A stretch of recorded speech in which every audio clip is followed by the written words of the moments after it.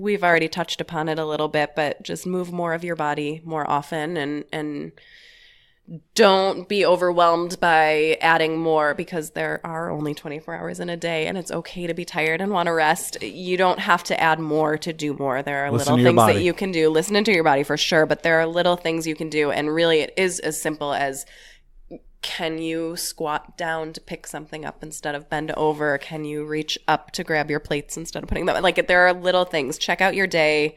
Where can you add some more movement? And stretch your calves. We haven't talked about that. Everyone needs to stretch their calves every day. I do stretch calf your exercise calves every time I go to the gym. Stretch your calves and take your shoes off when you're in your house. Do calf raises Everyone every needs time. to stop.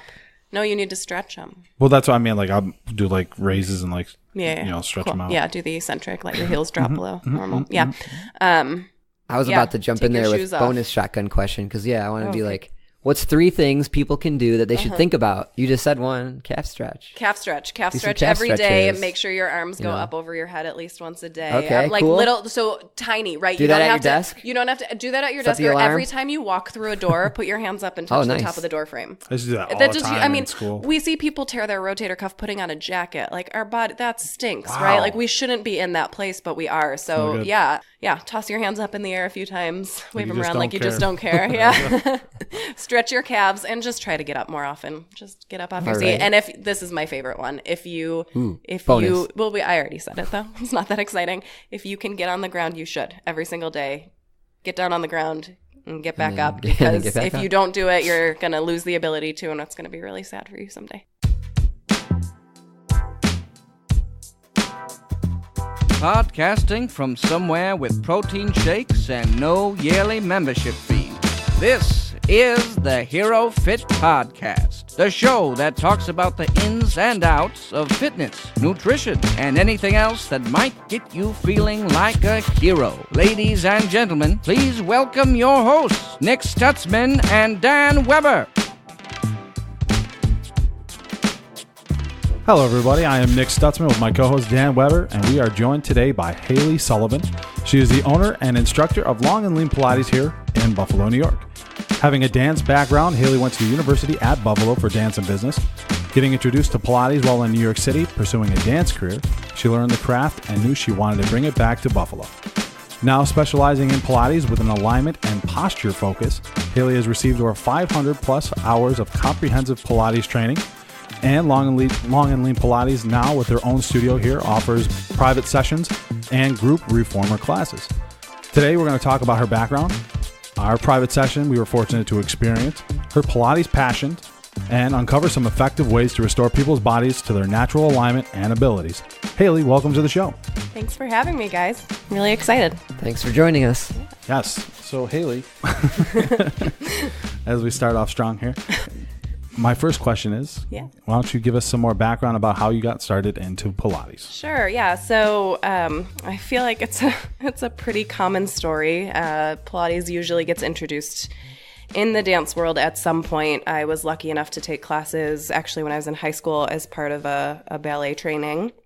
I knew I liked it, but it wasn't, super prominent for me. And then in college, I actually took a kinesiology class, and it was a light bulb for me. It was like, oh, this is something. I like this. And I actually thought I was going to go into injury prevention for dancers, and just kind of moving around and doing stuff, and moved to New York to dance, and knew I needed to do something different. I got really lost in like managing a bakery and doing some crazy stuff that was not working for someone who was trying to be a dancer, and I was looking for something that made more sense, and found a job as a receptionist at a Pilates studio. And it was like, oh yeah, that's a thing that I think I might want to do eventually, so I'm going to do it. And I got so lucky. I got this job at an amazing, amazing studio with really great training and an amazing mentor and amazing teachers. And it was like right away, this is the path. Mm-hmm. And this was 2011, right? Sure. I believe you wrote in the survey. Yeah, I thought more about it when I was writing that, but ish. So this is a long time ago. Yeah. Relatively speaking. I mean, 7-8 years ago. And so it had to be a little bit further back than that, probably more than 10 years ago now, like 11 years ago. Wow. Yeah. How big was Pilates then, you think? So the boutique fitness thing hadn't had quite the explosion that it had yet, but in New York, it was definitely bigger. In New York, you can find a Pilates studio, a few in every single neighborhood. So it was bigger there, but not the group classes, especially group reformer classes on the equipment, weren't huge yet. And still to this day, the studio that I worked at was more private sessions. And you saw a lot of that and not a ton of the group classes on the equipment. But, I think people don't realize how prominent Pilates has been for as long as it's been. It was developed in the early 1900s. And again, it's like kind of come and gone out of popularity. But in the 90s, I think late 90s, Mari Windsor came out with these DVDs. I don't know if you guys remember. They were like all over. I believe I remember. And there was a little bit of a resurgence, and it became a little bit more of a celebrity thing, and it got some popularity again then. And I guess maybe fell out of favor again, but it's always been there. It's always been in the background. It's pretty consistent. Yeah. Yeah, with these machines you call reformers. And I call them torture racks. Yeah, but they're not. Doesn't it feel good? It feels good. I'm just teasing. I'm just teasing. But that's what, like, when I looked at it, I was like, oh, you're going to hook my legs up to these things. And we're going. We hear a lot of that. We hear a lot of, oh, dear God, what do you do with these things? But, yeah. Yes.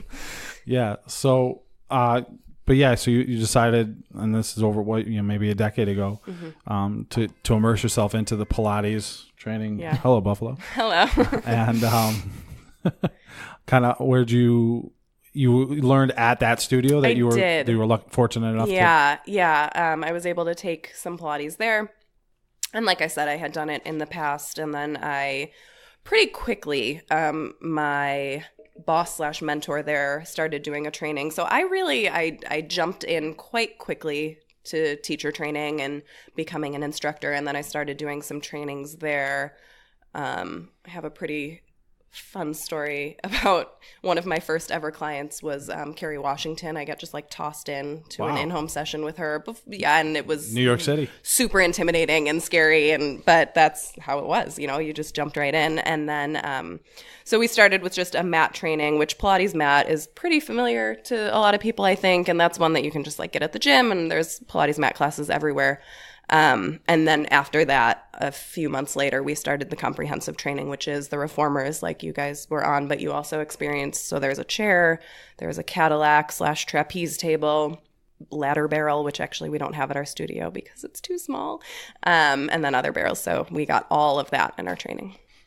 And with that, I don't want to say too much into the now part, but back then, how intensive or how innovative was it comparatively to the the many years prior?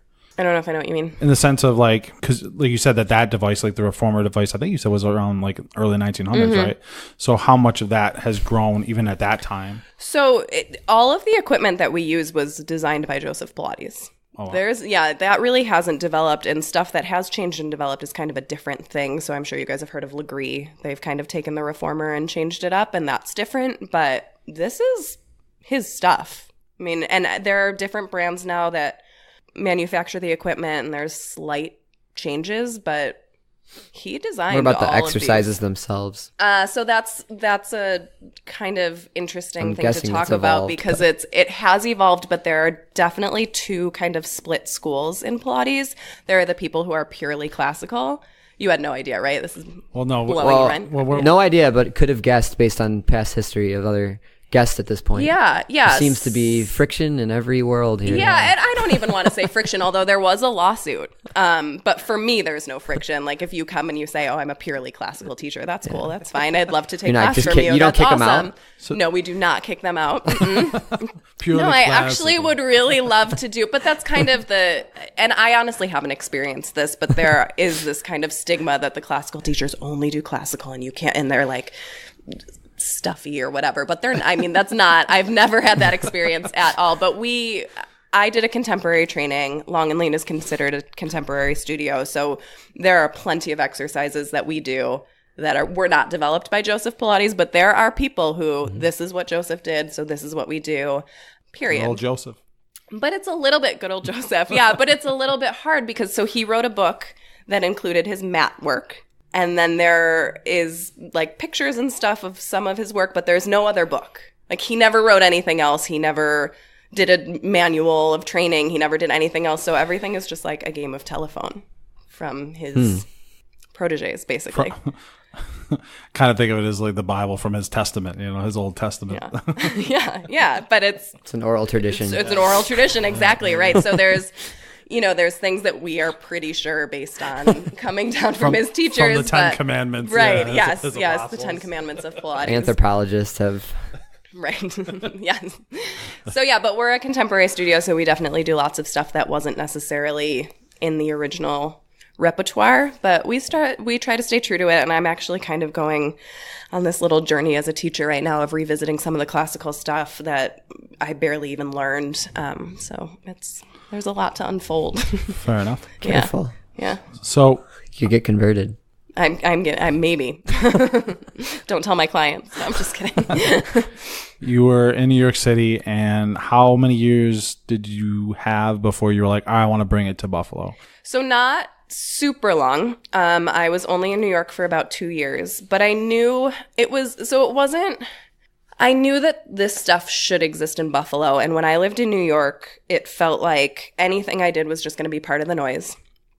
And I was fortunate to have quite a few friends who were here doing cool stuff. Like, it seemed like that was right around the time that people were starting to think Buffalo could be cool again. And, I had friends starting blogs and music things. And it felt like Buffalo was happening, and I wanted to be part of it.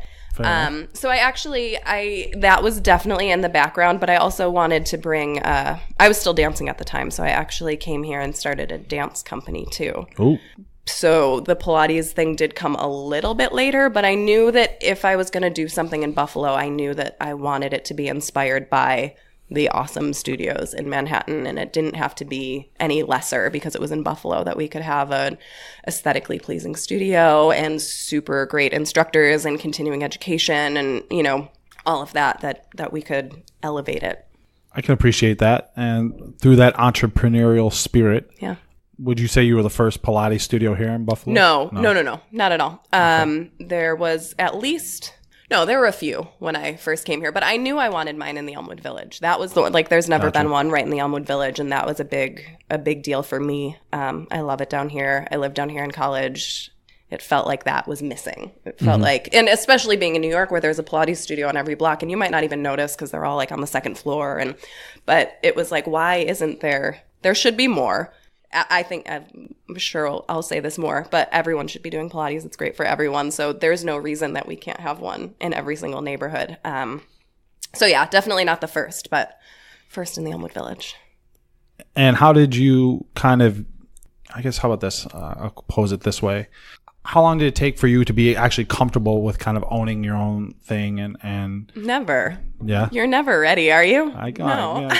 Yeah. I'll try to make this brief, but I moved back to Buffalo. Wasn't 100% sure at that time. So I was pretty immersed in the world when I was living in New York, and I have nothing but amazing things to say about my mentor and boss, but I was her nanny. I was doing marketing for her on the side to pay for my certification, doing my certification, teaching there, working at the front desk. And it was like, living the dream. Whoa. And broke, right? I was broke, and I needed a break. So I moved back to Buffalo, and I was like, I don't even know if I want to do that. Like, that was my mindset when I first moved back. So I interviewed to do fashion merchandising at Forever 21. I just wasn't sure. But thank goodness I got a job teaching Pilates at the BAC instead. And I don't know how many people know this, but the transit location actually had the equipment so you could do private sessions. So I was teaching private sessions there, and that was right after my training. So I was brand new. I was basically doing my practice teaching hours with clients there, and it was great. It was awesome. And then I left there to go work at Hive.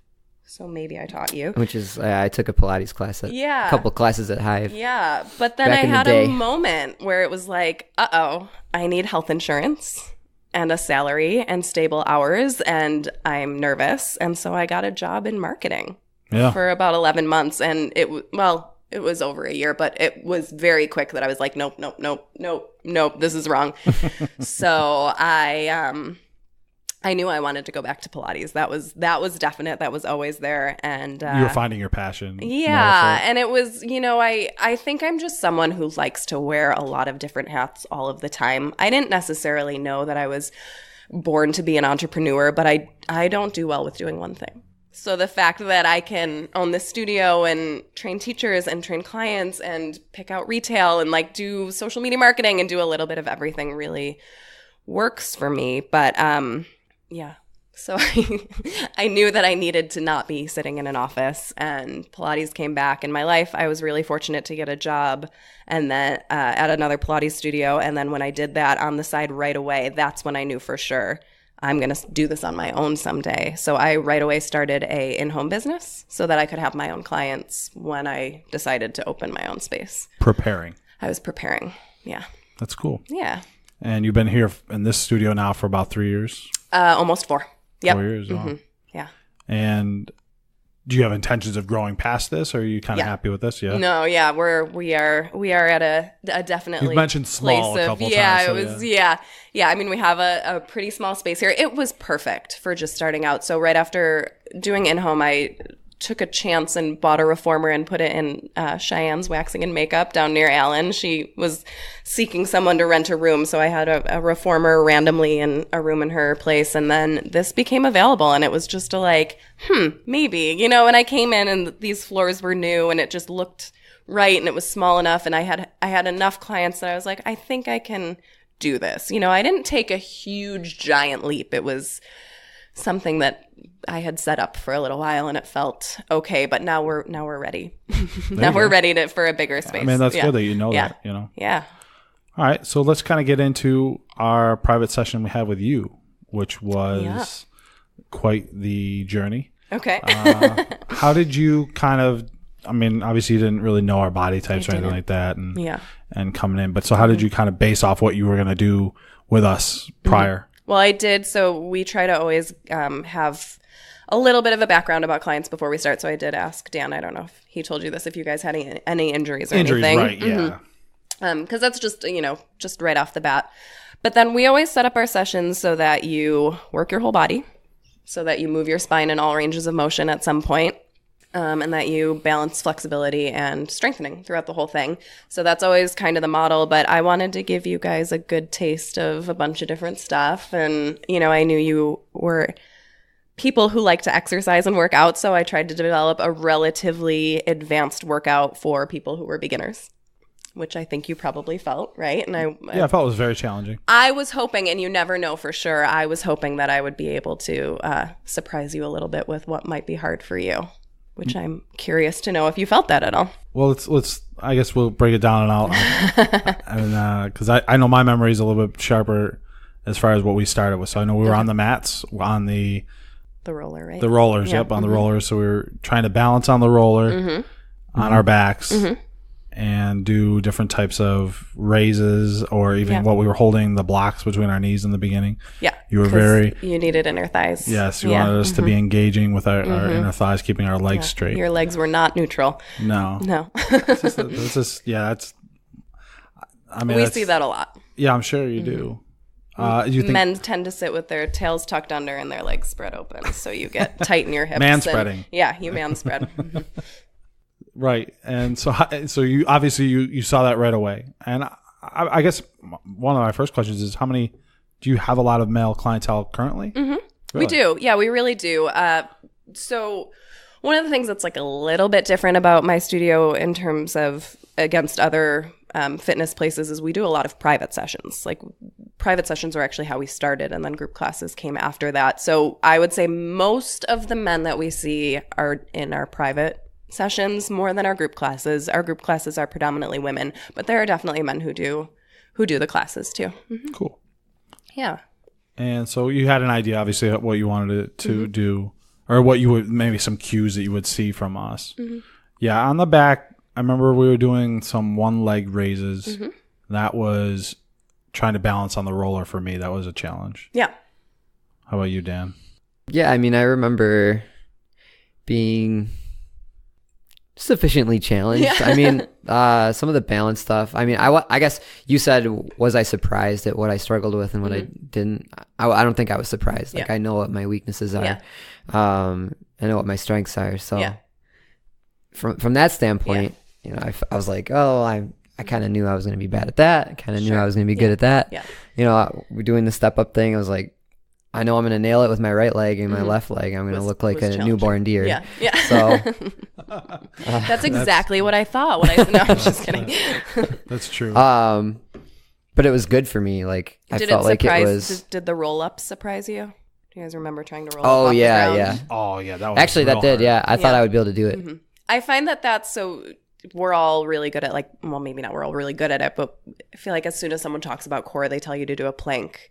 Whereas Pilates really is based on strengthening with mobility. So doing that roll up, being able to articulate through your spine and use your abs to articulate your spine to sit up is a whole different ballgame that people aren't necessarily used to. It's mobility and strength. Yeah.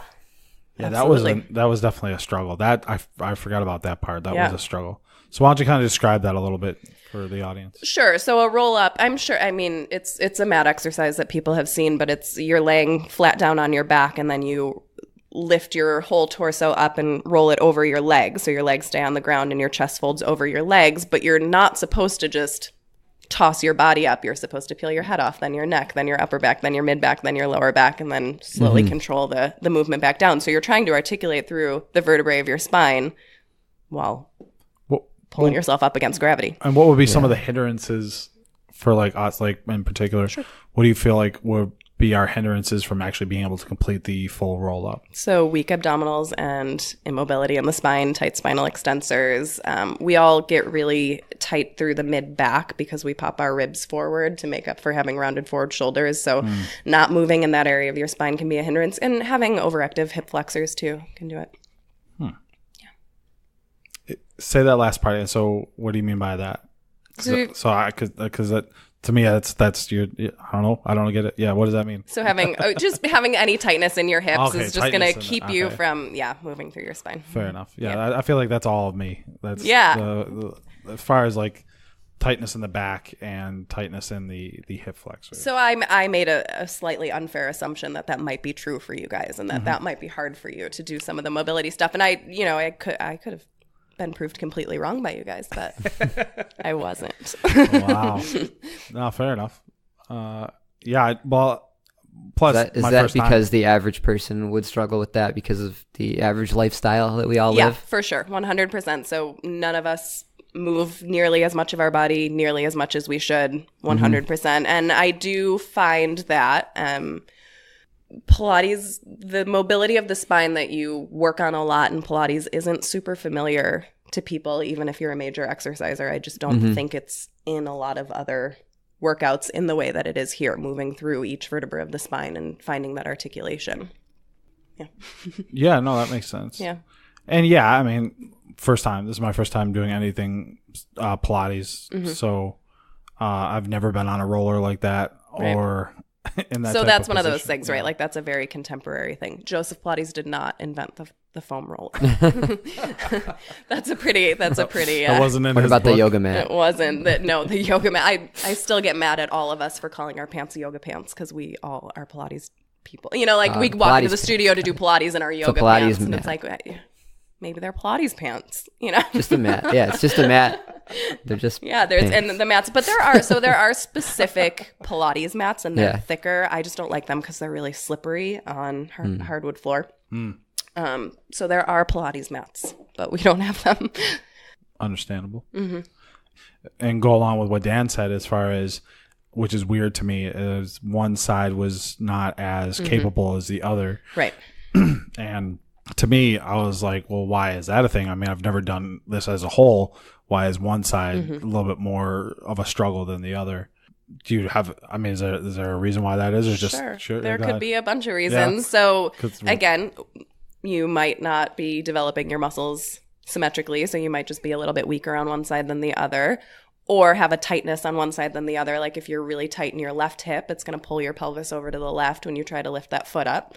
Or it could be neurological, not that you have a neurological issue, but the motor patterns and could just be a little bit different from one side to the other. And you just have to work on some, one of my instructors actually talks about how it's not necessarily about strong and weak. It's about your movement strategies and your patterns. And, Pilates is really about mind control of the body. So it's that too. Your brain might just not be as proficient as connecting to the left side of your body for whatever reason. The mind-muscle connection for a lot of people living these sedentary lifestyles, having a desk job, driving, sitting in a subway, whatever it is, you're not working these muscles that you had us working. Yeah, your brain forgets they're there. Like it can definitely happen. And I've definitely had the experience where I tell someone to do something and they're like, oh my God, why do I feel like I'm telling my body to do that and I can't? I'm like, because we'll get there, but that happens. Yeah, for sure. Yeah. How long does something like that take? Oh boy, it depends. Depends on what we're talking about. It depends on your body awareness. If if you have really great body awareness and it's just that one thing, it can usually click pretty quickly, but depends on what you've been doing, how long that's been locked up. I mean, if a muscle is stuck in a pattern and you haven't been sending any messages there, it could take a little while to loosen that up and get it moving again and get your brain connected to it. Yeah.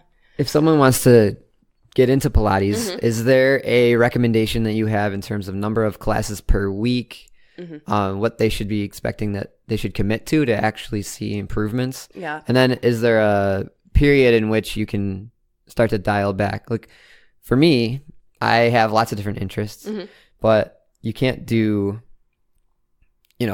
one of everything once a month and expect necessarily to see the results. But if I wanted to start doing Pilates to undo some of the damage that I've been doing, should I come once a week, twice a week, 3 times a week, and then long term, what does that look like? Right. So it depends on, what exactly you're looking for, but specifically kind of the situation you're talking about. I would highly recommend 2 times a week. I've heard many people say that once they start doing 3 times a week consistently, they see things just like click. So 3 times a week is awesome. 2 times a week is great. I really think that whatever you can do is great. Honestly, if you're coming once a week, that's going to help too. And what's awesome about Pilates is that it's nurturing that mind-body connection so much so that even if you did just come in to check in once a month, sure, it's going to take longer for your body to change, but you're going to learn little tiny lessons that you can take with you in whatever else you're doing. The neurological changes will be. Yeah, and just awareness of your movement and, awareness of what might be lacking a little bit, or just tapping into some of the small muscles that haven't been turned on that might now turn on in your next workout, even if it's outside of the Pilates studio. Honestly, a once a month check-in, while maybe not ideal in terms of like building your Pilates body, is going to be good for you. So yeah, like 3 times a week is awesome, but once a month, sure, we could help you. And then for me, it didn't seem like it was that difficult to recover from. No. So you could do this in conjunction with other things. We have clients that come in 6 times a week. Pilates is not designed to exhaust your body. It's not meant to exhaust your muscles. You're going to strengthen. You're going to find some endurance in there, but our goal is not to work you to fatigue. That's not the point. You're supposed to do every single rep to perfect form. Yeah. It's very sustainable. Something that 100%. You can be consistent with. Yep. Yeah. That was kind of our assessment, for us personally. Yeah, we should, if we're going to continue along here, then we went up to this little thingamajig. What is that? The Cadillac? Well, no, I thought we did the reformer first. I was going to say, I don't think I put you on the Cadillac. Oh, really? No. Yeah, you touched it to stretch your calves, gotcha. right? We did the calf stretching. We weren't using it. The only reason you didn't is because it. There's 2 of you and we only have 1. So okay. We didn't get into that too much. So then what was happening when we got off the ground? I think we went back to the reformers, right? We did, and did a little footwork, a little bit of warm up. Footwork's really great, so I can also assess what's going on with your feet and your knees, and you can start to work on the alignment of the legs, and then we put your feet in your straps, right? And moved through some stretches of the hamstrings. Yeah. I think we did some spinal articulation there too. Rolled your hips up off the carriage with the support of the springs. Yes. Yeah. I remember my struggle. I couldn't get my leg through and up onto the bar. Right. So that was when we did front splits, which is that's an advanced exercise. That's a classical exercise. That one's there, but that's balance, that's flexibility, and that's hard, right? We all have pretty tight hips and don't go through that range of motion much. So to, like hike your knee up to your chest to put your foot on something that's up off the ground is hard. It's hard. Yeah, no, it wasn't. It was definitely not easy. Mm-hmm. So I recall that. And that's something that even like that I've done with yoga that I know is tough for me to like all of a sudden just to launch your foot forward. Exactly. Throw my foot forward through my hands as I'm doing like a plank or something like that. Right.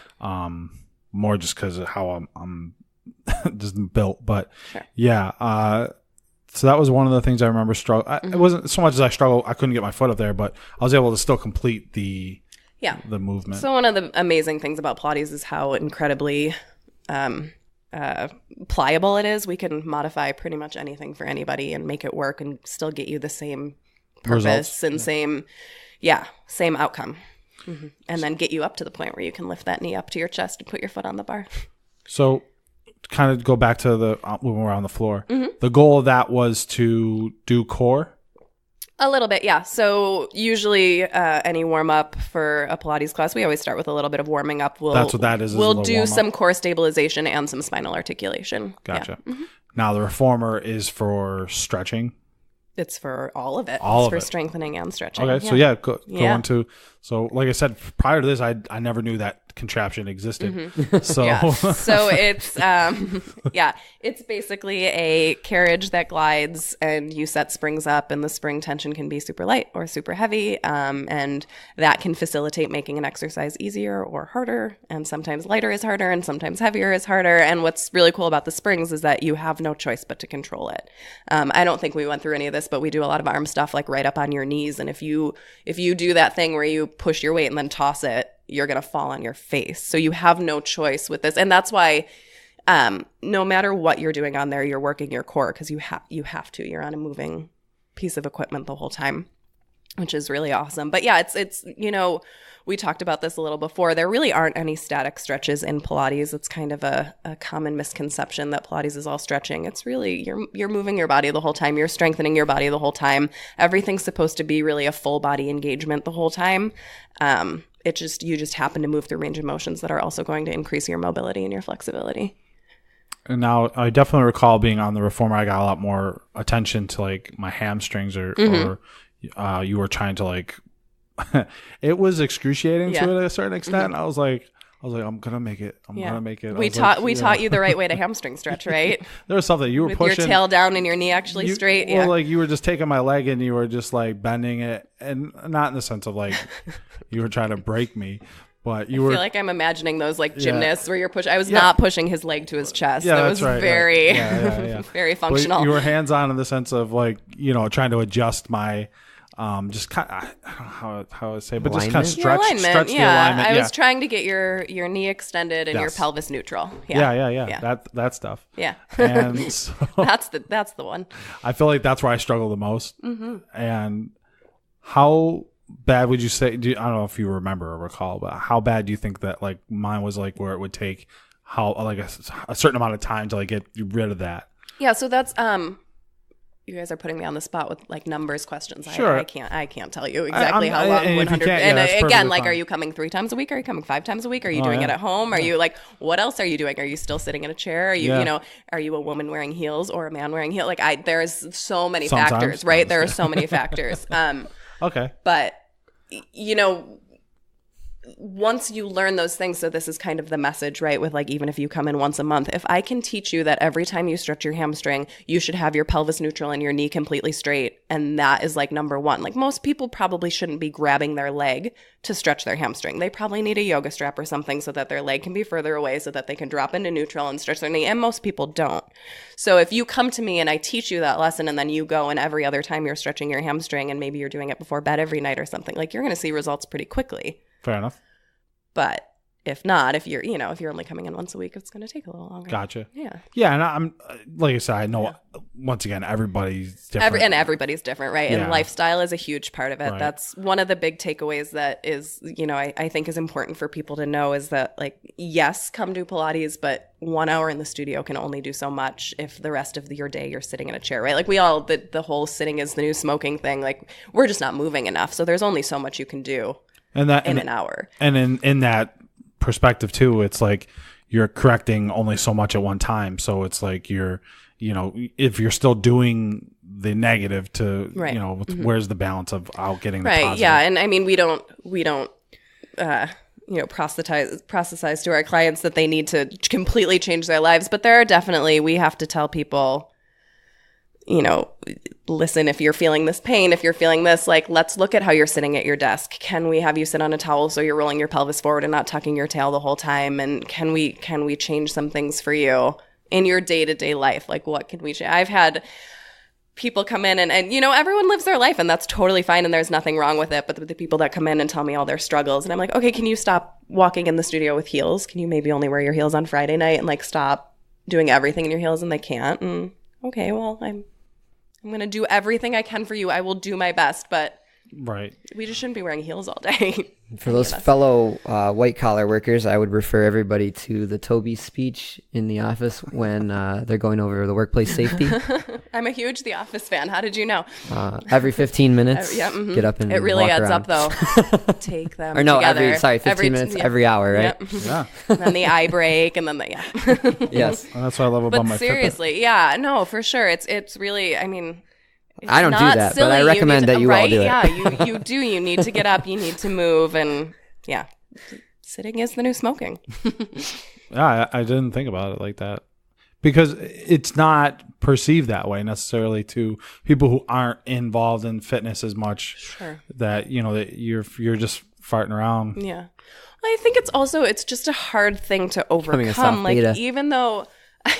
I think we do all know to an extent, but there's only, I mean, how many times have you been sitting there in your Fitbit dings and you're like, okay, I know, but I'm doing this thing, right, or yeah. oh, I know, or I'm not feeling good, or oh, I'm right, yeah, I'm sleeping, leave me alone, I'm watching a movie. There's so much.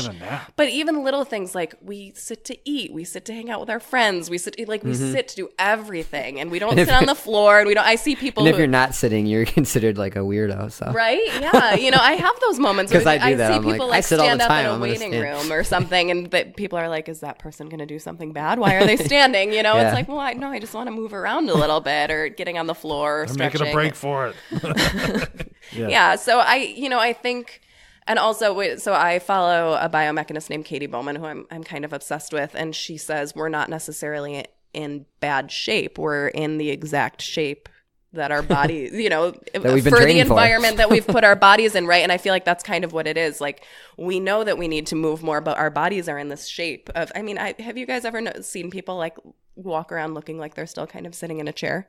Me, yeah. Yeah, I was gonna say that's me. Yeah, so it's, I mean, and it gets worse with age, and your body's in that shape, and it's hard. It feels hard to get up and move around and incorporate that into your life, but it's a struggle, Yeah. and that's like I don't want to say it's an elitist thing. Mm-mm. It's not to an extent, but to do practices like this, and this is not a knock on, you got to run a business, so you got to do what you got to do. So it's not you or anybody else, but the boutiques and all that stuff, or the specializations are more expensive than going to the gym. Sure. For obvious reasons, that's why the gym model is what it is. Right. But if you want to work on things that are actually affecting your body, you need to pay a little bit extra. And I think that sometimes can get lost in I'm fine, I'm going to the gym. Yeah. You know what I mean? Yeah. I'm doing everything. But the actuality is, and that's what we try to come across. You could just be making things, you could be compounding the problem. Right. Because you're in the same posture while you're squatting. Right. Right, exactly. Yeah, so that's the thing. Like, you can't jump into deep squatting to do your laundry. You need to get your body ready for that. We none of us have the ankle mobility we really need for that. There's like so much. So yes, absolutely. But there are like books out there with exercises you can do at home. And I am talking about the little things too. Like, have your arms come over your head at all today? Like, can you put your plates on a higher shelf instead of, like, everything's at eye level for us, right? Like, what if you just started to chill? I heard someone say something about they were realizing that they didn't twist it all, so they put their toilet paper on the back of their toilet instead of in front of them. Like that, you don't have to get a gym membership to add that. Life hacks. Right? To reach out. It is. It's life hacks, and I am not. TMI, I switch arms.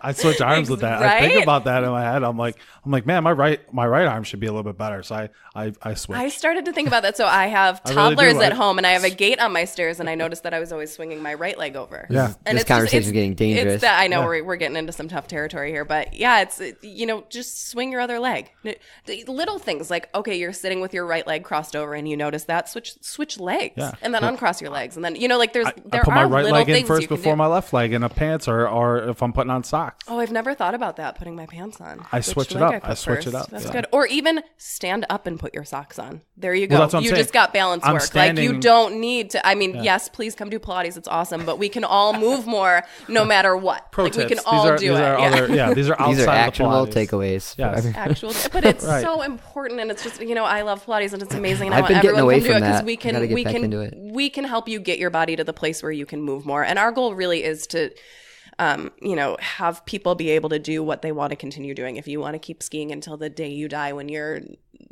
99, I want to help you do that. Right, you need good knee mobility. You need to have some hip action. Yeah, and you do. There are some corrective exercises and there's some movements and stuff that we're going to help you with. But there's just so many ways that you can move more in your day-to-day life too. And car manufacturers, can you please let me move the pedal to the other side? Because I want to get my left foot some practice. Oh, that's dangerous. No. That's why that pad is there, so you push your foot forward into it. I'll just tap that at the same time. I don't know. I think you're going to make your brain do some funky things there. There was a guy who drove. Well, when I was a kid, I would drive with both pedals. Like I'd have my left on my on the brake and my right on the. It's not good.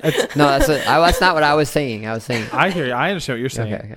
But if you drove manual, you would use your left leg a lot more. Yeah. True. But that's true. But there was a guy I worked with back in the day who would drive like that, and he was considered himself like a professional in the sense of he had like race cars and stuff like that. Mm-hmm. And so for some reason he had to have his left paw on the on the brake. But sometimes I'll play around with that. And I'll just not anything crazy, but it really can be that small. Just like, okay, your right leg has moved so much, and what is your left hip done, and what's little things that you don't realize. If one tiny part of your body is immobile, but you're moving, that part can't move. So everything does kind of need to be mobilized, so that when you do move, you're moving all parts of your body and getting circulation there. And then that's what's awesome about Pilates is that you are moving everything in all ranges of motion. Whether or not you do all of that in one session, your next class you're going to move that thing that you didn't move, and So that's kind of the elevator pitch, right? Sure. Yeah. Move your body in all the ways. In all the ways. In all of the ways, yeah. Get down on the ground and get it back up. Honestly, if you can get down on the ground, you should get down on the ground at least once a day. Get onto the ground and get off, because if you don't, you're going to stop being able to. And that stinks. So to finish up the session we had, we were on the balance. Chairs. The Wunda chairs. The Wunda chairs. Yeah. So explain this contraption. So it kind of looks like a chair, but it has a pedal and it has the same springs that you can attach. And again, you can make it heavy or you can make it light. There are handles, but some of the chairs, the original designs, don't have the handles. So people are just flinging themselves off. Yeah, right. Yeah, catapulting. Exactly, and that's like I had you guys do an advanced version of the lunges where you didn't have your hands on; you were standing all the way up. I wouldn't normally have. We have some brand video of new. We should post that. We should, yeah. Absolutely. And I got competitive when you said this is an advanced move, and I don't know if you guys can do it. You were like, I can do this. Yeah, I feel like I might have. I don't know. Well, we'll go back to that beautiful bean footage. So we don't usually try to create a competitive environment in here. Oh, this is a safe space? This is a safe space. This is yes, but... Well, the gauntlet was thrown. You are who you are, right? The gauntlet was thrown. Every time you're like, we were having fun. Yeah. We're going to challenge you. Okay. Challenge accepted. Yeah. So it was kind of the same way, right? I was like, I'm going to say I'm going to challenge them, but it might be really easy for them. I don't know. We were in the same place. So the goal of that was for balance? Yep. Balance, lateral hip strength, hamstring glute. Yep. All of it. Do you think right side strong side, left side weak side? Yeah, that's what I was dealing with. That's your prognosis. Yeah. I don't remember. I actually feel like it was the other way. My weaker side was my quote unquote weaker side was actually the stronger side. But maybe because I was still trying to recover from like the previous week's workouts and stuff like that. You are a different body every single day. You come into the studio with a slightly different, depending on how much sleep you got, what your mood is, what you ate, and I what just you came did the from day football before, practice. whatever. So, you were fatigued already. There's absolutely. So I was definitely having fun, but I enjoyed that. I will. How about this? I'll and it's not because I say this all the time, but I feel like this is the type of stuff again for me, learning, this type of stuff and using these different type of movement. For me, this is the type of stuff that I need the most because as you saw probably, and you saw from my movements and whatnot, I do have either a tightness in my hips or my hamstrings and stuff like that. And, I don't know how to, myself personally, I don't know how to shake that off. So sure. Coming in here and learning these different cues and stuff like that would probably help me, a person like me, out the most. Yeah. And what's nice about Pilates too is that, again, like you're not just going to benefit from the, 60-second hamstring stretch we did. There are a lot of different movements that are going to stretch your hamstrings while you're strengthening your core, while you're strengthening your arms, while you're working your shoulder stability. I'm thinking of like 6 different exercises right now that we didn't even do that would continue to get you mobile through your hips more while you're doing all of these other things, which is what's pretty cool about it. So conversely, had we said we had been injured in different ways, I know Dan has some injuries. Was there anything that you felt like we couldn't, if like that had a severe injury or have had a severe injury, like what type of injuries would have hindered some of the movements that we did do? Yeah, so a big one would be herniated discs in your lumbar spine. So if either of you had said like, I just herniated a disc in my lumbar spine a few weeks ago, I wouldn't have had you do a roll up. Any of that flexion of the lumbar spine, your lower back, wouldn't be great for you. We would have focused a little bit more on extension work. That's a big one. If you had any acute knee injuries, we probably wouldn't have done those lunges, at least not in that range of motion where you went all the way down and all the way up. I think we did some short box stuff, right? Any of the spinal articulation, if you had any disc issues, we wouldn't have done that. If you had any issues in your neck, we wouldn't have done the stuff where you rolled your hips up off the ground, any of those inversions.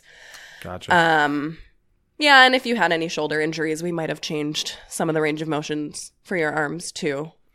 For people that do have injuries and come to you, what are some of the do you see this as kind of like a physical therapy in a sense? Is that possible with Pilates? I think it's a really great post rehab. Okay. If you need physical therapy, you should go to physical therapy because they do things like, we are not licensed to do manual therapy or anything. We can't really technically do any manual release work on you as Pilates teachers.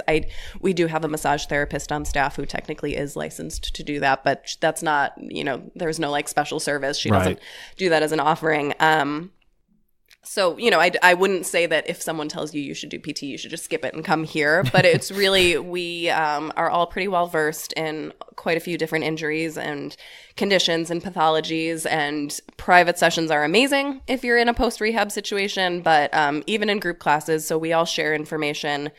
If you're coming into a group class with a new instructor, they have information about you already. When you do your intake form, they're going to look at that. They're going to know you have stenosis. They're going to know you have whatever you have, and they're going to either design a class that works for you, or they're going to give you the modifications you need. And everyone should always know that no matter what they're doing, they should not be afraid to speak up and say, like, this is not feeling great for me, and we're more than happy to offer a modification. And luckily, there's just so many options, and we're all really used to helping people out with that. So yeah, it's great in that sense. I wouldn't call it physical therapy. It's definitely an exercise routine. It's a workout class. We definitely try to keep our classes especially flowing and moving and challenging, but we can help pretty much anyone out. Yeah. What are you looking for when you take people through these exercises? Trying to keep it at a meta level, but yeah. I know that like you were evaluating us while we were going through these motions and kind of making a note to yourself. You're like, oh, he's got T-spine issues and he's got tight hips. So I feel like just kind of the more you teach, the more it's like it's there, right? Like I can just see where your spine is moving or where it's not moving. I can see that when you lift your arms up over your head, your ribs are popping up with you and you're not just completely doing the range of motion at your shoulders. I can see that your knees aren't pointing forward, that they're opening up. I mean, that stuff is pretty it shows itself pretty quickly in the movements you're doing. And some teachers will do just like a straight up assessment right away. Like they'll be like, walk around, stand right there, let me see. And usually people's toes are pointing out, you know, we'll check the knee alignment. Thighs are usually turned in a little bit just based on our sitting culture.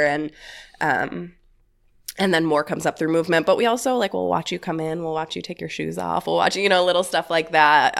And there's the obvious stuff that comes up right away, and then there's the little stuff that trickles in through the workout. So yeah, we're looking for a balance of mobility. We're looking for pelvic stability. Like that's important that you felt like you were twisting more to one side when you were on the roller. And I don't remember specifically with you, but I may have seen that your pelvis is shifting, or maybe it's because your knee is going out to the side. So yeah, just looking for, we have all, you know, our alignment points, and we know what an exercise is supposed to look like. So it's pretty. It comes second nature. You do it while you're out in public. Yeah, it really does. Oh my God, yeah, so much. Sit at the airport. How many? Yeah, it's bad.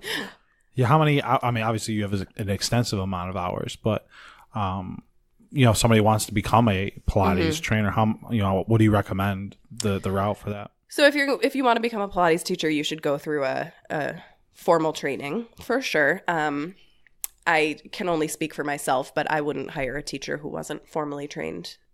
We offer teacher training here, and it's, you know, you do, oh boy, I don't remember all of the numbers right now off the top of my head, but so our upcoming training covers mat and reformer, and we're doing for the first time ever an intensive training where it's every single day for 2 weeks, which I'm super excited about.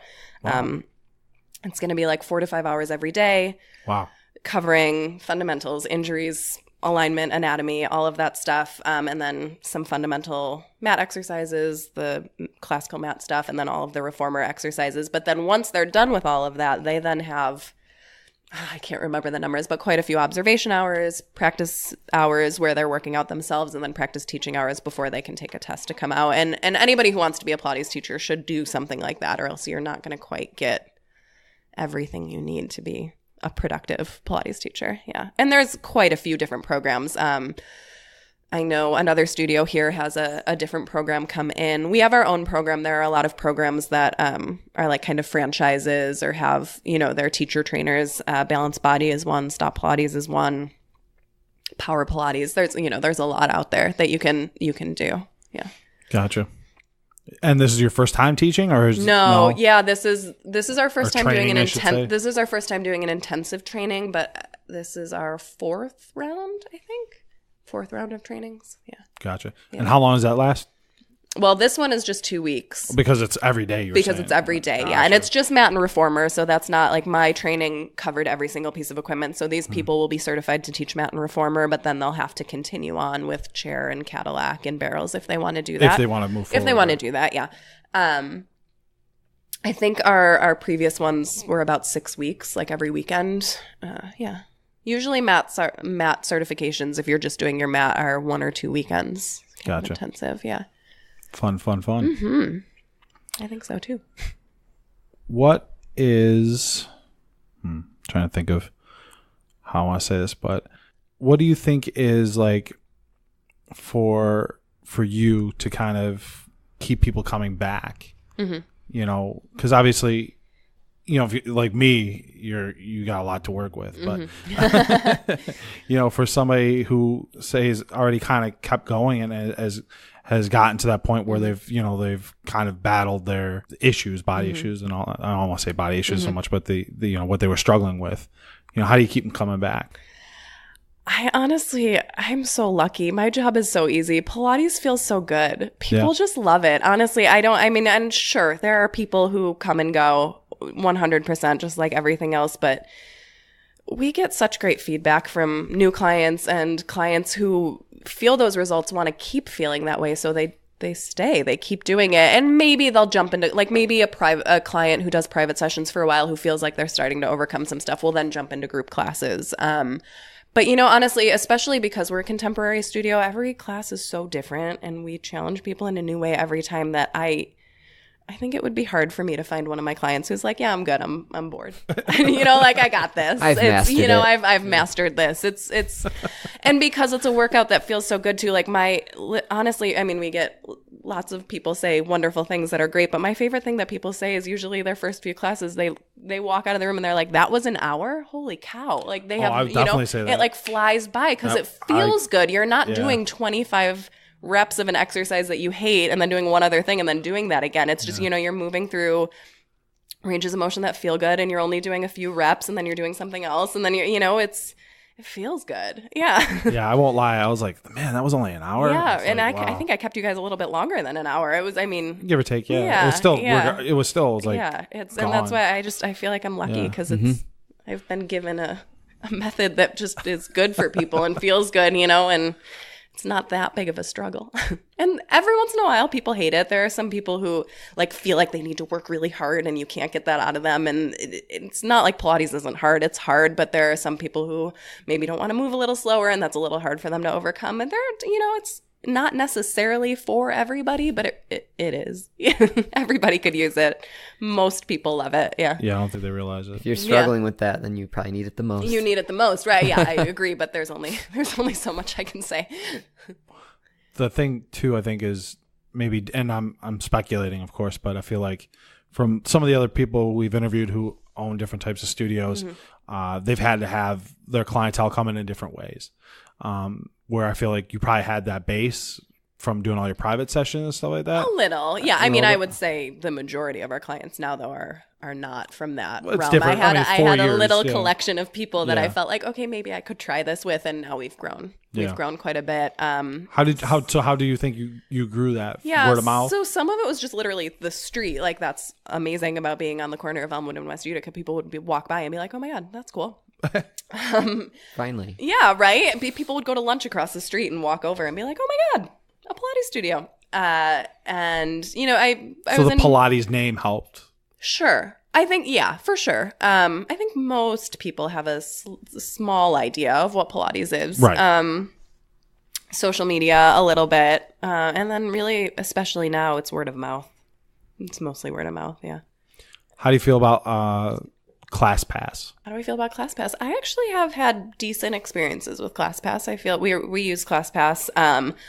The thing for my studio is that we're small. We only have 5 reformers in each class, so most of our classes are full all the time, which is awesome. Yeah, but why we need a slightly bigger space, although we'll never go. I think our next space will only have 6 reformers. I don't want to go super big because that's one of the great things about our studio, and I don't want to change that. But I honestly don't have a lot open on ClassPass. There's a few. So we have a circuit style class that has 8 spots open, and that tends to get some ClassPass people. And then our early morning classes sometimes aren't full. So those are where, but yeah, it's been great. And I've noticed actually some people who came for a while and dropped off are coming back because they're obviously people who like to do multiple things. And I'm all about that. We have lots of clients who are going to multiple places and doing different stuff. And if that's your jam, I think it's cool. Yeah, it's great. So yeah, being your passion and everything, what is it? So obviously a different, a bigger studio. Mm-hmm. What else do you want to kind of incorporate? Oh my God, so much. Well, I don't know if I would say I want to incorporate more, but I want to keep growing what we offer and how we get Pilates to people. So bigger studio in the city for sure. We're currently working on expanding into the North Towns at some point. It's a second location? A second location.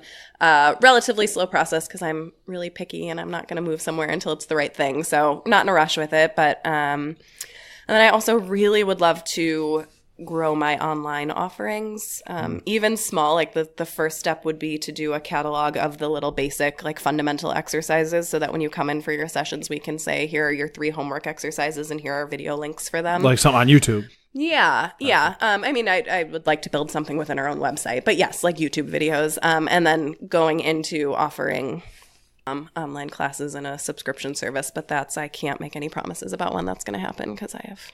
Do you think that's the next iteration? Touch the whole globe? Yeah, sure. Mm-hmm. Wouldn't that be cool? Yeah. That would be awesome. That's like that dream's kind of in the corner of my brain right now because I want to focus on what we've got going on here and locally and stuff. But yeah, I'm all about growing and I'm a dreamer. I keep telling people lately that I I wish I could turn off that section of my brain right now because I have 20-month-old twins at home and I'm like a pretend stay-at-home mom 2 days a week. And, it's just like I have enough going on that I should just be like, okay, we're good with what we've got right now, but I can't.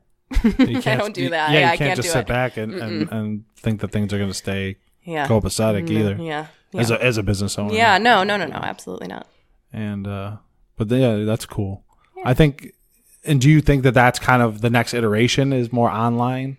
So I think there's a portion of it, and I love the idea of offering that, but I don't think it ever replaces what you get with a one-on-one, personal, hands-on. Yeah, absolutely. And I think that it's just a nice community too. I think people like to come and talk to people and see people and be a part of it. Yeah. So I think that it's definitely... it's out there, obviously. It's happening. And I think it's a great thing to offer to people if they can't come here, or if they're just out of town or whatever it is. I would love to have that offering out there, but I don't think it would ever be all of it. I would never give up a brick and mortar studio for online now. Cool. Yeah. Do you guys collaborate with any other studios or anything else? Yeah. So we the only mixed package we have right now is with Barcentric. Good old Barcentric. Good old Barcentric, I know. I actually grew up dancing with Rachel and Gia, so we do that. And then I recently did a pop-up class at Revolution, which was really awesome. We're pretty close with them. I guess that would be it in terms of official collaborations. Do you want to? I'm open. Look I think the Buffalo fitness community is in a really great place right now. I see tons of it. I see a great community building. Everyone seems really positive and awesome. We have Boxstar right across the street. Some of our clients do both. I would love to get a referral discount or something going with them, but we haven't done that yet. I guess Boxstar is I don't want to describe their business wrong because I haven't been there, but I think it's like a circuit style boxing interesting workout. I think. I'm not familiar. But the people, some of our trainers go there and love it, and it's fun. Yeah. I've heard the name once or twice. Yeah, it's right there. We might have to reach out to them. So Pilates class, Boxstar class, Saigon Cafe for dinner. Oh, wow. The triple threat. Yeah. Saigon Cafe. Yeah, Thai food. Because they're hungry. So do you like Thai food? I do. Yeah? Well, I'm a vegetarian, so it's like an easy answer for me. Interesting. Yes, I do. I like Thai food. Yeah.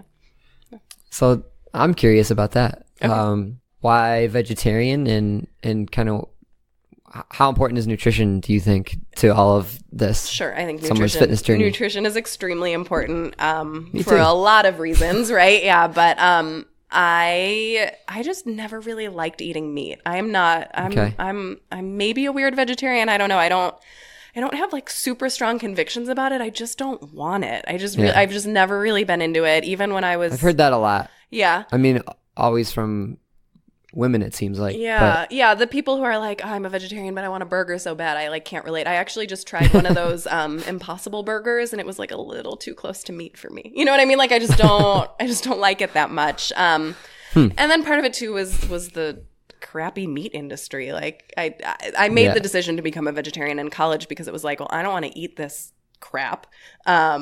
I would buy organic meat, and if I could, but it was a college student. I was like, that's not going to happen. So I just decided it wasn't worth it, and I'm not.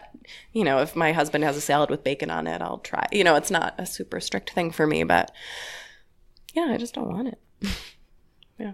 But yeah, I think overall nutrition is super important, and I don't know. I mean, we don't. So it wasn't just I think vegetables are super better for me, so I'm just gonna only eat those. But that too, right? Okay. Like it's like that's important too, for sure. And even now, when I think about eating meat, and especially now that I have children and my husband eats meat, and I don't want to buy the generic meat that you get at the supermarket, Tyson right? Like I haven't done it yet, but getting a subscription service from, I think it's Butcher Box. Yeah, with all the grass-fed meat, because that's a big. Or you eat meat, or you go get a cow share from somewhere down in the South Towns that. And I always something. talk about too, like this gets more into natural movement and what we don't do with our bodies, right? And if you like really think about the ins and outs of what it takes to get food if we didn't have our current life, like hunting and gathering. Like all of the movement, I think about that all the time. Of the movement you need is right there, and it's all taken away because your food is literally delivered to you. Like literally, you can have every single food item you need delivered to you, and you just don't have to move. If you think about that for 5 minutes, your mind's gonna be blown. Yeah, a little bit, right? If you like really get to, and even like little things like not opening your own walnut shells. Like, that's movement for your wrists and fine motor skills for your hands that we're just not, even like a key fob. Like, you don't even turn a key anymore, like, anyway, I could go on and on, but I'm not a biomechanist either. Like, I shouldn't be jumping into that territory. That term, I've never heard that term. A biomechanist? Before. Yeah. Oh, well. I'm going to do next some research. podcast. Yeah, do some research. Find somebody. I don't know if I know of anyone locally to turn you to, but biomechanist. Yeah, they study biomechanics. Yeah. You keep saying that thing, Yeah, but I, nutrition is important to me. Mostly, I'm not a big diet person, but I have an autoimmune disorder, so I try to not eat foods that are super inflammatory. What thyroid issue? You say I know you. So because I had Graves' disease. Okay, so no, mine was Hashimoto's. So that's hypo. That's right? hypo. Yeah, exactly. And I was diagnosed with that when I was 16 years old, so it's just something. But I also 18. Yeah, I also have lupus, and so I just feel better if I'm not eating gluten and dairy, but I'm certainly. I was going to say, how do you determine what's inflammatory or not? Is it like your body's response or just research that you're trying to do? Yeah, the big unfortunate one that I've learned lately is red wine really makes me feel like not great. And I love red wine. And the struggle is real, huh? The struggle is real. And I'm not perfect. I'm not like 100% off any of it. I eat cupcakes when I want a cupcake. Like I do, but I definitely feel better when and it's you have to nourish your body and you have to give it what it needs. And we're just always bombarded with the wrong stuff. It's all in our face, but that's the truth. There's a better way to eat, right? There's food that's good for us, and we need to just eat more of that. I talk about just add more good stuff. Worry more about adding in the good stuff than taking out the bad stuff, because the bad stuff's going to be in your face, and it's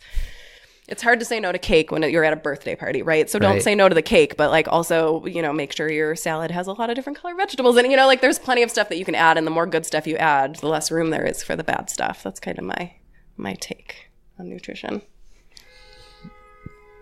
That guy does not agree. Or he adamantly does, maybe. That's a better way of looking at it. Optimism. Oh, that's staying in. So, nutrition. Nutrition is definitely important. Yeah, for sure. I can't wait to start diving into this more. Yeah, I'm passionate about it. About nutrition? Yeah, we should do some more podcasts on it. Sure. We've really only done one. Yeah. Do you want to do one where we go hunting? Yeah, let's do it. The movement that it takes to go hunting. Hunting. So that's what basically my point was. I've always said that if I was to eat meat, I would want to like hunt it myself. Joe Rogan style. Seems crazy, yeah. But right, have you like gotten into the people who are out there rewilding themselves? He's it's awesome. Killing elk and moose and all so cool. It's so. I strangle them with my bare hands. I'm working on that. Yeah. I need a little more upper body strength. Going right for the kill. Bear hug. But that's something like I couldn't do that. There's no way I couldn't. PETA's gonna come after me now. You're not on their radar. We need that controversy actually. PETA, light us up. Yeah, you're not on their radar even close. Any PR is good PR. That's true. But I think that's less cruel, isn't it, than what the factory farms do? I agree. I think I'm it's absolutely less... all about that. Yeah. Maybe PETA would be okay with it. No, they're not. There's a restaurant in Toronto called Antler. Mm-hmm. This is my favorite restaurant in the world right now. Where is it? Toronto. I should have gone there instead of Drake's restaurant when I went. Drake has a restaurant? Yeah, it wasn't. It's got to be trash. Wow. Unless you're talking about the Drake, because that's not Drake's restaurant. No. Okay. But it's called Antler. There's actually a good Joe Rogan podcast with the owner of it. Yeah. His name's Michael Hunter. Okay. So if anybody wanted to look that up, but who've made it this far? If you've made it this far, everything he serves is like hunted or foraged. It's amazing. Not everything, but he does like mushroom risotto with mushrooms that he goes and collects so in the cool. Ontario forest while he's hunting deer, elk, or whatever, and then serving that in his restaurant. And I think it's good. It's ethical. He tries to use nose to tail. Yeah. Yeah, it's so awesome. every part of the animal, nothing goes to waste. Shout out to anyone who knows how to forage in Western New York. And get us together. I don't know anything about foraging. I don't trust myself, but I want to go out foraging. Right? I don't want said to it to pick my the wrong husband and his mushrooms. family, and they laughed at me. I need a community. Like, someone call me and take me foraging, please. Sounds like a business opportunity. Yeah, I can't take on anymore. someone else, please. We'll help you out with that. There was one. I found one foraging walk this year, and I couldn't go.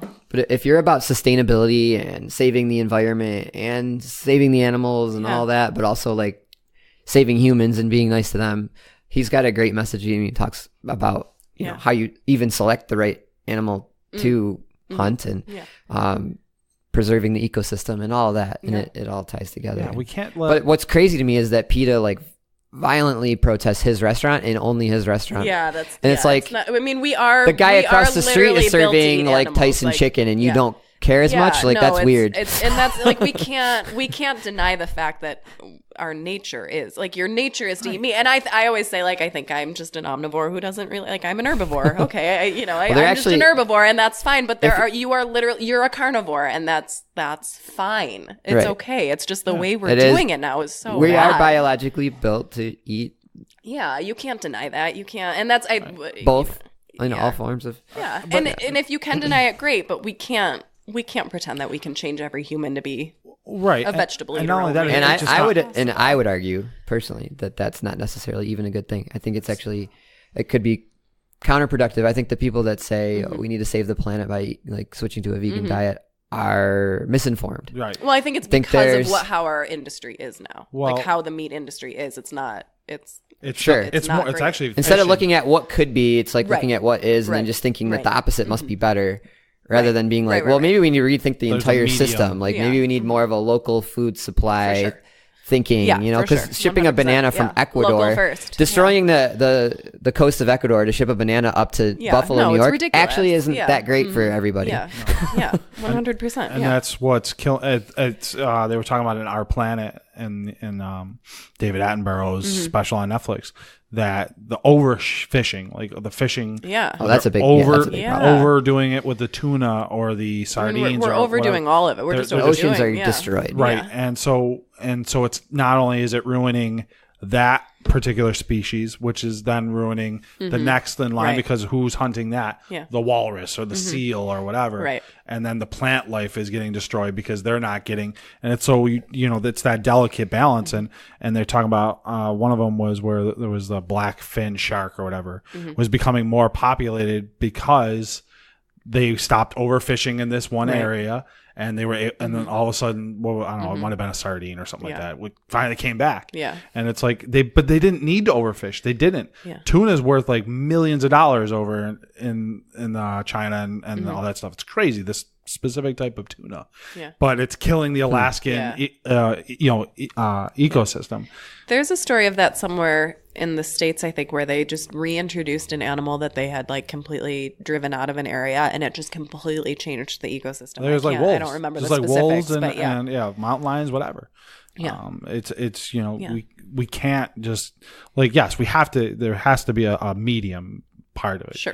Deer, whatever, being able to have both. They can't just be one or the other because the world would not be able to sustain it. The other but way. It wouldn't be if we stopped interfering so much. That would work itself out. Sure. We should try to integrate ourselves into nature a little bit. Yeah, more. Right. For sure. Foraging. Someone take me foraging, please. This could be the most controversial episode we've done, and I welcome it. That's right. Well, to wrap this up, we got our shotgun questions, which kind of leads into from food. So this will be nice. You've probably heard them. I have. That's fine. But that's okay. I didn't overthink it. That's fine.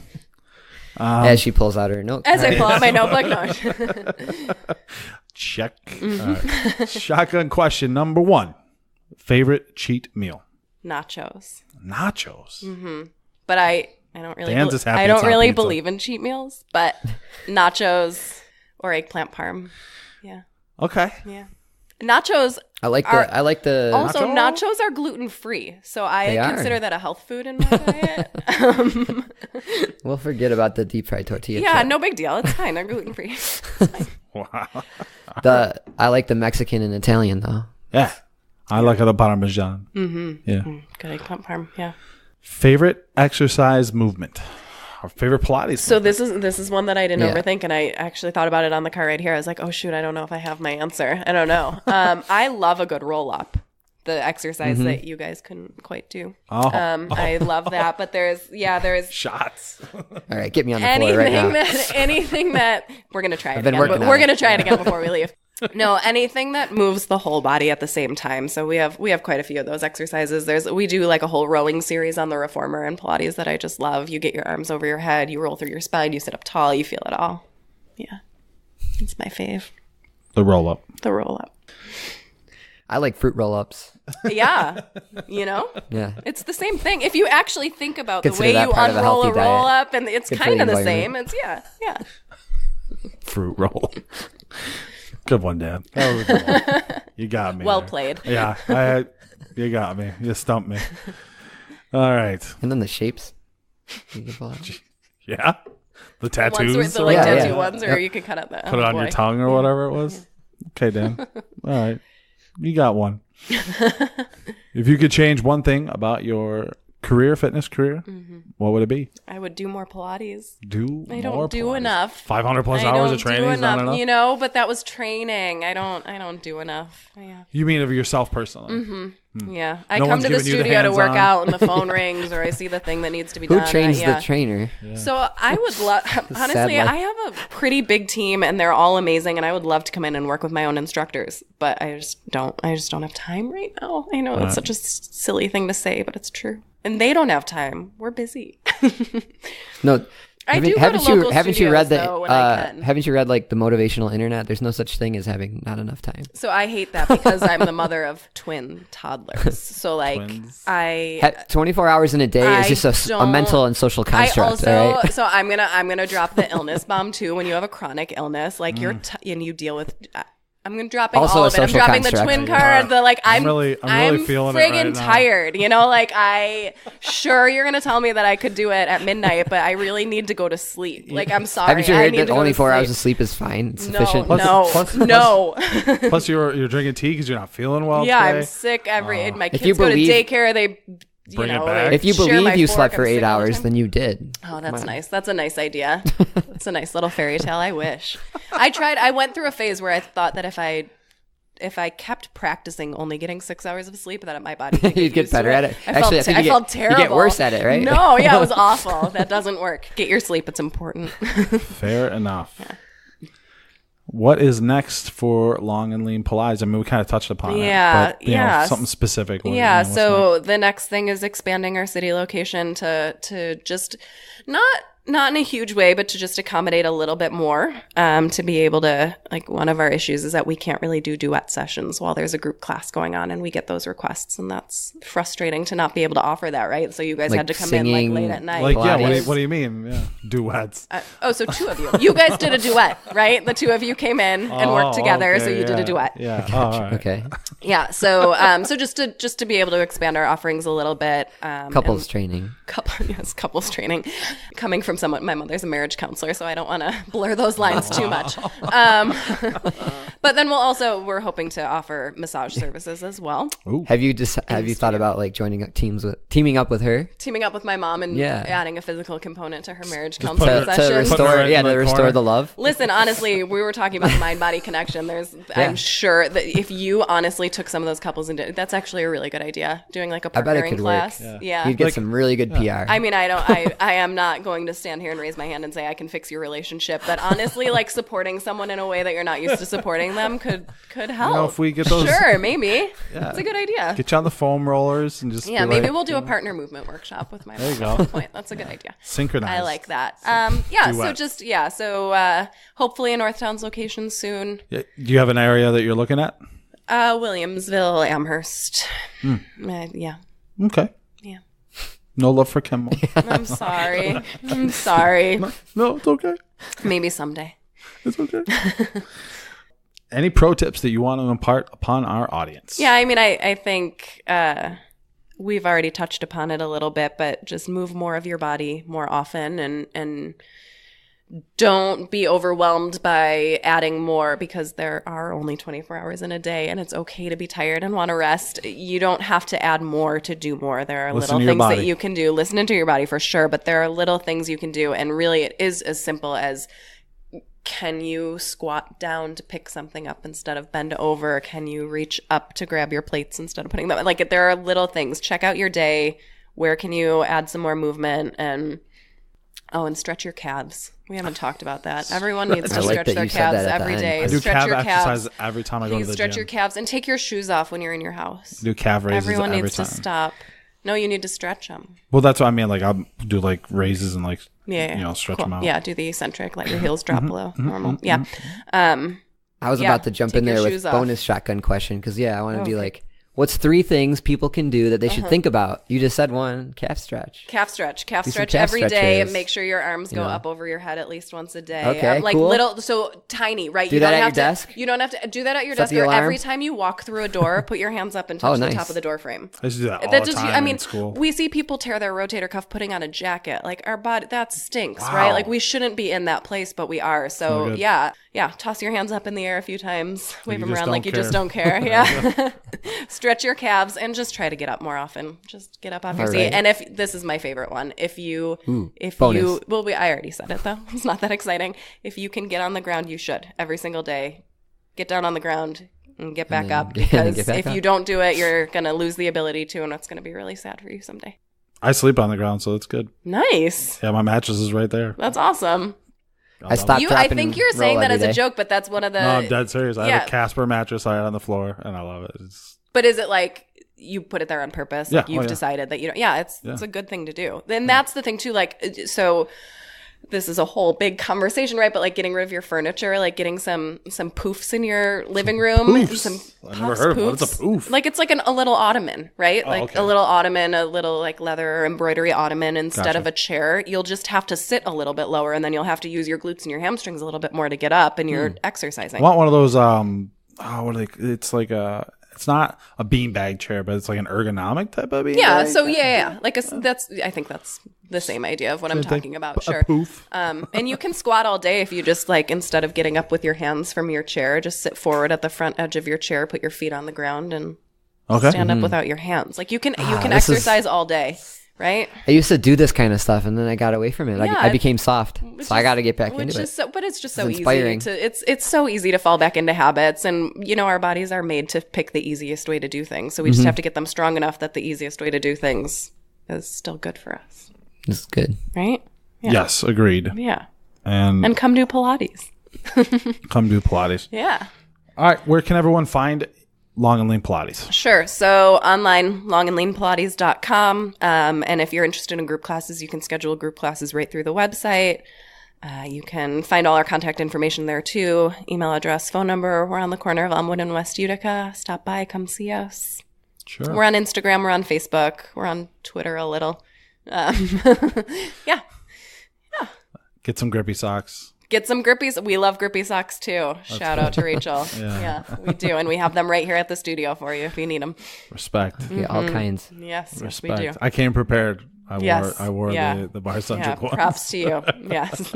I came dressed in the usual. So you don't basketball shorts. But we will let you work out in bare feet here. That's a slight allowed. difference. Yeah, you're allowed to be barefoot if you'd like. Respect that. Yeah. Respect. Well, thank you, Hayley. Thank you so much. It was definitely a pleasure. Thank you. Thank you for the private session. That was the duet, if you will. Yes. It was. I didn't know that's what it's called, but now I do, and I respect it. The workout was great too. Yeah. Good. Awesome. Yeah, it was definitely good, and I recommend it. I mean, like you said, for me, and anybody who has the struggles like I do, where hip flexing and. Definitely the hamstrings are tight all the time, and back and whatnot. Try something like this and see what you like. I definitely would. That was definitely one of the things I noticed. Like an hour, that's crazy. You guys will have to come back, do it again. Yeah, we'll have to try it again. Yeah, but, there's more. There's so much more. There are infinite number of exercises. So do a whole different session. Don't threaten us with a good time. So, thank you for tuning into the HeroFit podcast. If you liked this episode and you want to hear more, subscribe to us on iTunes or Spotify or Google Play. Or Stitcher or Overcast. Yeah, all those. Or tell Alexa you want to listen to us. Yeah, tell Alexa. Yeah, so be very nice and gentle with the subscribe button.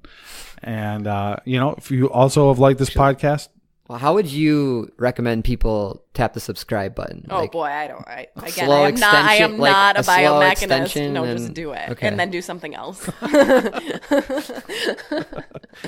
Make sure you tap the subscribe button so that you're practicing moving your body through space. Don't use the normal finger. And then plug your headphones into your phone. Put your phone in your pocket and go take a walk while you listen to the podcast. Yeah, that's a great way to get your walking in. Exactly. Listen to us while you're doing a workout. Whatever.